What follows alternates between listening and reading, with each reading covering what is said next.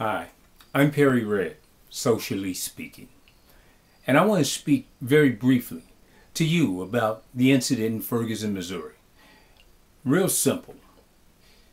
The injustice of America is the thing that taints us all. When we have people in this country who want to side with law enforcement in the murder of Michael Brown, we must surely question our role in this complexion, this climate of America.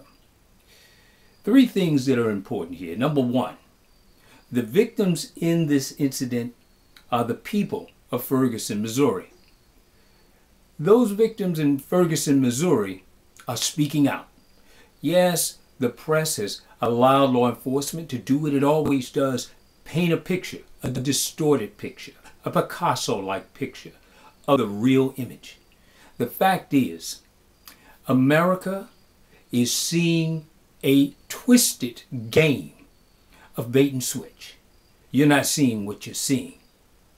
Listen, we need to be mad. We need to be angry. We as a country, but factually speaking, we won't be, not as a country. So I'm speaking to Black Americans in particular. You better know that they hate us.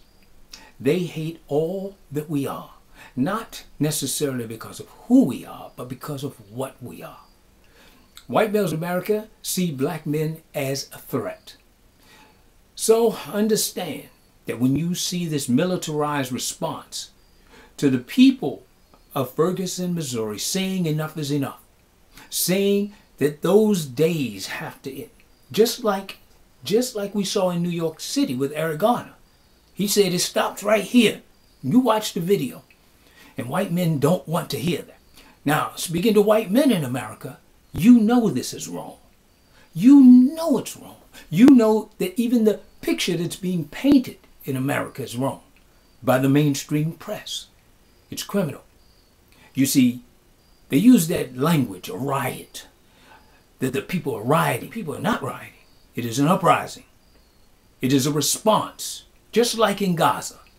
Those darker-hued people in Gaza are being oppressed. They're being occupied. They're being blockaded. They're being starved. They're being murdered. No man embraces bondage.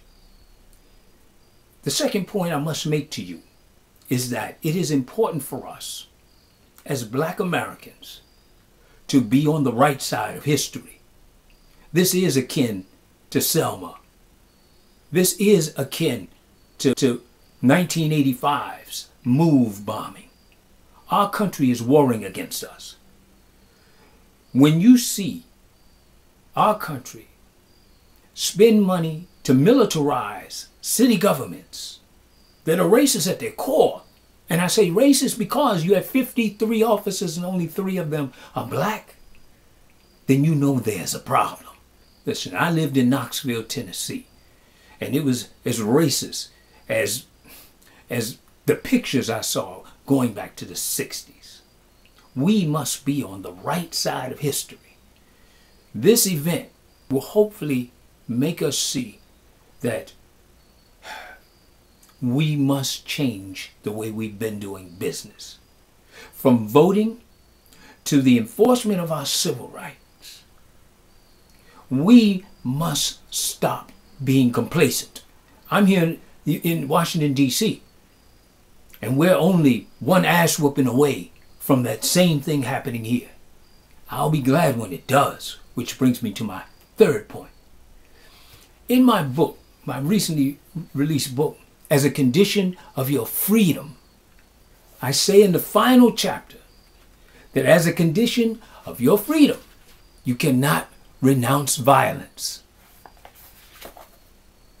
No one wants violence, but no one wants to be murdered. No one wants to be oppressed. That's violent within itself. To deny one's humanity is to plant the seeds for rebellion, to plant the seeds for revolution. Now, we only talk about revolution in melancholy terms, but I'm serious. Young men, you must stand up. I had my time, and I paid a heavy price for it. But Martin King said that if you don't have something that you're willing to die for, then you're not fit to live. Listen, we fall short in the employment numbers in this country, wealth disparity, in home ownership, you name it. We've been screwed time and time again through no fault of our own. So don't apologize when you rise up. You just remember the Clive and Bundy incident. Those folks showed up when our government confronted them with guns.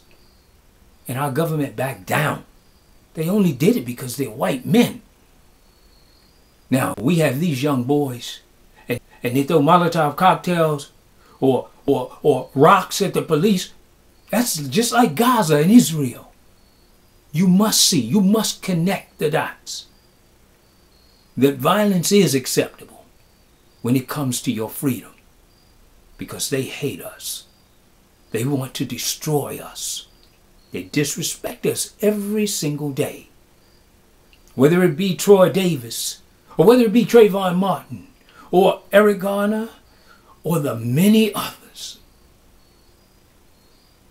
You could be next. I don't want you to be next. We must hold our elected leaders accountable, including the black leaders who want to sing kumbaya with oppressors, with people who murder you and cover it up and you didn't see what you saw. We thank God for the video camera, the recording device. Everyone, make sure you use every tool you have in the toolbox, even when it comes to your life, because you better know that they're coming to take yours. I'm Perry Red. For Socially Speaking.